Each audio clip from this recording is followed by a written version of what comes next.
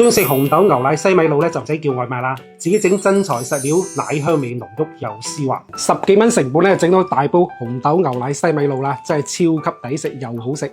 紅豆要想快出沙咧，我哋急凍將佢凍硬佢，已經凍一晚啦，或者你浸水浸一晚都得嘅。做法咧簡單到飛起，紅豆唔使解凍，直接落煲仔，再落聰明豆同埋清心火嘅蓮子，當然唔少得阿女好中意食嘅西米。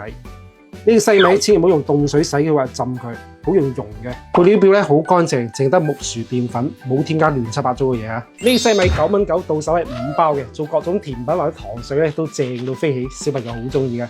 嗱，煲西米咧記得要落滾水嚇，因為西米遇凍水咧會融化嘅。啱開始煮嘅時候咧，一定要攪攪佢，唔好俾啲西米咧黐埋一嚿嚿嚇。再吸佢調成細火煮嘅40分鐘。煮西米一定要保持呢種微微沸騰咁嘅狀態，咁樣煮出嚟西米咧先靚嘅。煲咗40分鐘又焗咗成10分鐘啦，一開過已經聞到紅豆嘅香味啦。依家紅豆都出晒沙，西米咧都好透明啦。關火之後咧，再倒入我哋嘅水牛奶。呢水牛奶咧奶香味特別濃郁，做各種甜品或者糕點咧都正到飛起嘅。蛋白質含量去到4.0每100毫升嘅。攞牛奶之後再撈撈咧就大功告成啦！哇，真係正到飛起啊！呢紅豆牛奶西米露咧真係分分鐘好飲過奶茶。嗱，呢水牛奶咧自帶1分清甜嘅，如果你食得甜咧，可以放多啲糖，我就中意食低糖版嘅。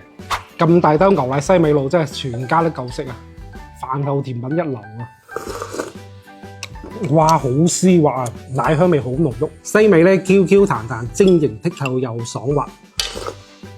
加西米之後咧，口感層次好豐滿啊，好似飲珍珠奶茶。奶茶，好美味啊！跟爸爸怎麼在弄？都得塞，吃。